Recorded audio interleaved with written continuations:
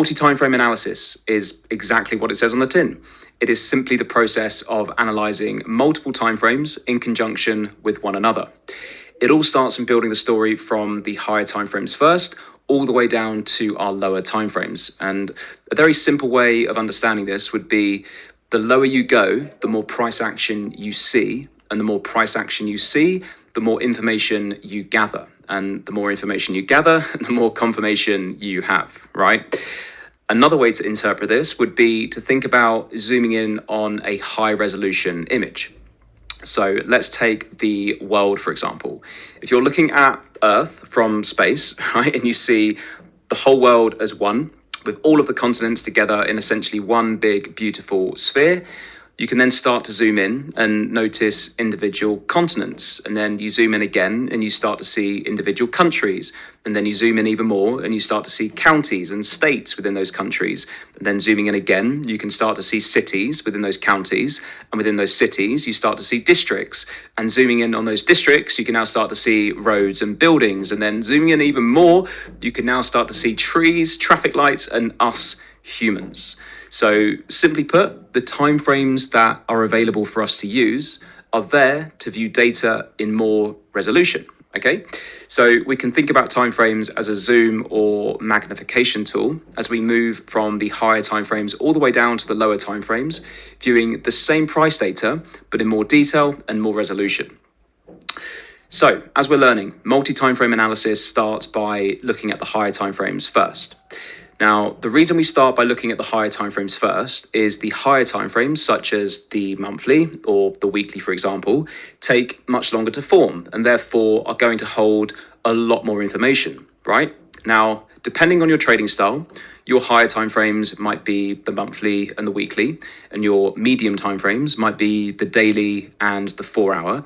And your lower timeframes, where you would essentially execute from, might be the 1 hour or the 15-minute. Now, if you're someone that is a bit more of a session or day trader, your primary timeframes might look something like this instead, okay?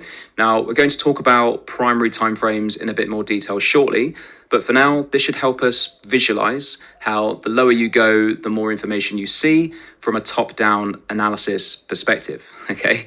So if we were to look at one whole weekly candlestick, for example, you can imagine there is a ton of information within that one candlestick, such as the daily and the 4 hour, all the way down to the minutes and the seconds, right? Creating all of that order flow within that one weekly candle.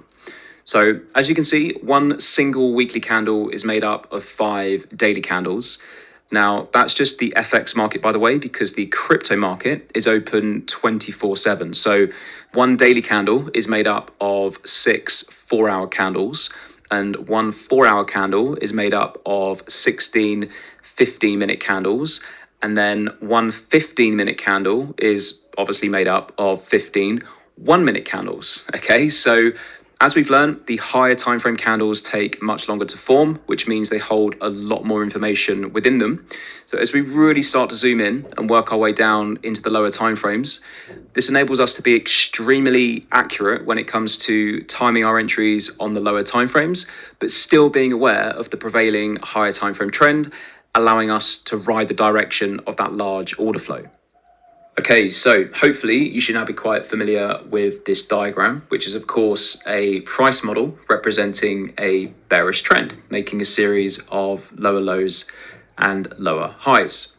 Now, as we covered in part 1 of this masterclass, a lower high is only confirmed once we see a break of structure, and we just expect these lower highs to be protected because they are strong highs that took out weak lows.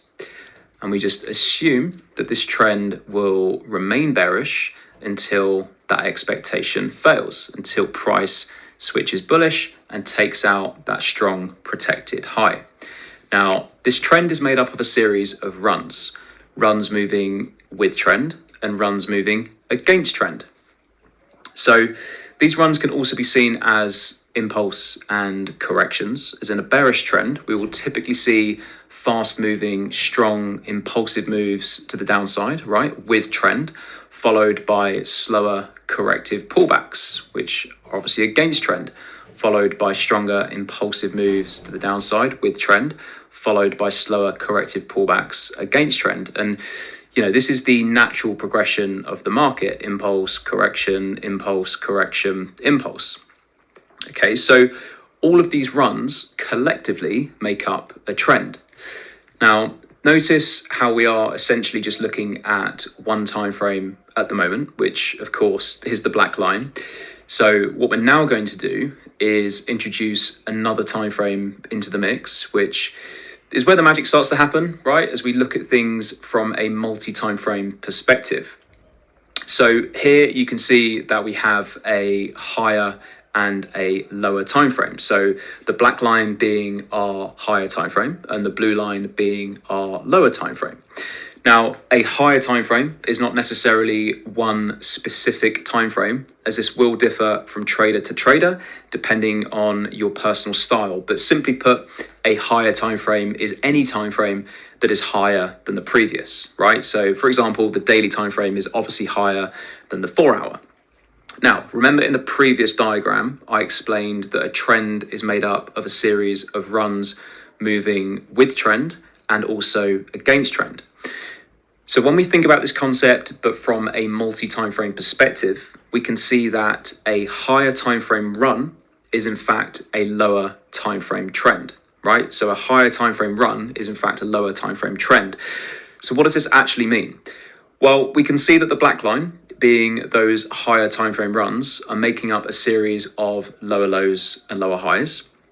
Now, within those higher time frame runs, if we were to then look at a lower time frame, we would typically see full trends within those higher time frame runs. So let me explain.